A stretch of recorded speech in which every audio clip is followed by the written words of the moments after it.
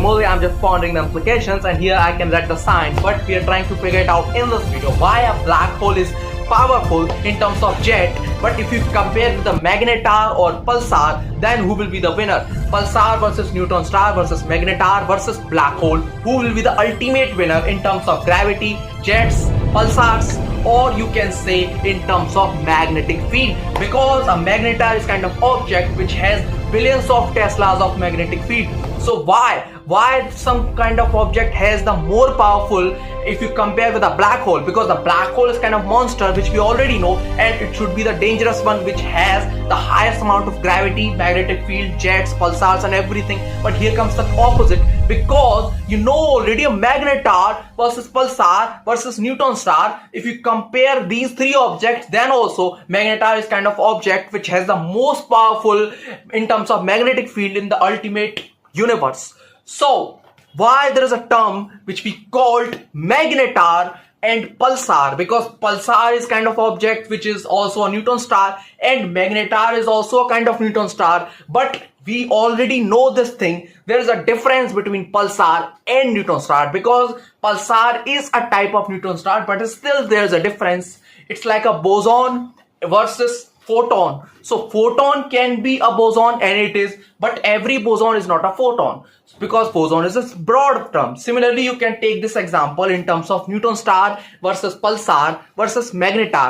So the thing is, if you compare a magnetar versus black hole, then magnetar has the highest amount of magnetic field while comparing to a black hole. But similarly, a black hole has the more jets. If you compare, there are several eruptions and different kind of phenomena which we observe in the scientific community every time, because a supermassive black hole or stellar black hole, or you can say the ultra supermassive black hole, SMBH. So every time, or you can say the intermediate black hole. So which type of black hole is it?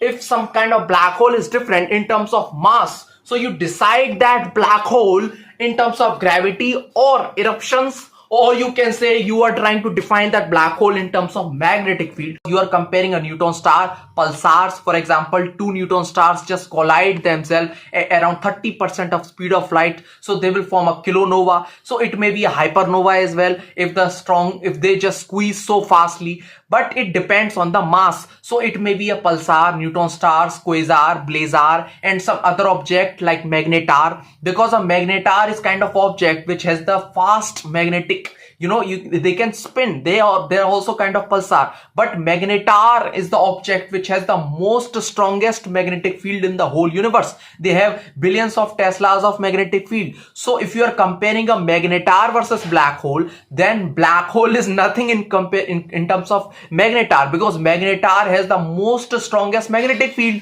and black hole cannot occupy that field. So black hole is strongest in terms of jets, gravity.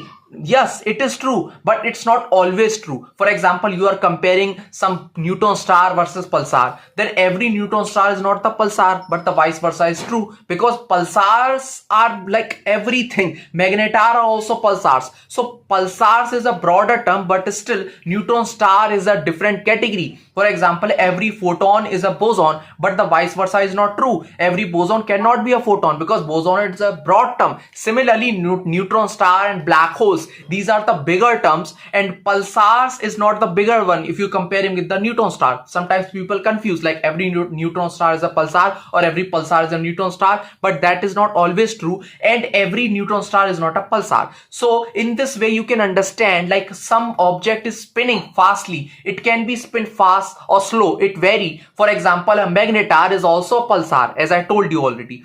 So the thing is, you have to understand, in this whole universe, actually there is a flaw. Sometimes it seems like that we are living inside a black hole, because every galaxy is just going in one specific direction. You should understand in your brain, like if there is a universe, like expansion is already happening. So in this way, the black hole if is kind of broad category, and it has different aspect also, like the stellar mass black hole, intermediate black hole, supermassive black hole, ultramassive black hole, which we call SMBH. But still you should understand, like a galaxy but if you are comparing the classification of galaxies, galactic evolutions, but still that galaxy is going in one specific direction, and it's not just one galaxy. Even we know more than 200, 300, more than 1000 galaxies we have just occupied. We have studied them through telescopes like James Webb Space Telescope, and the data of these telescope completely indicate this thing. Like the observations completely reveal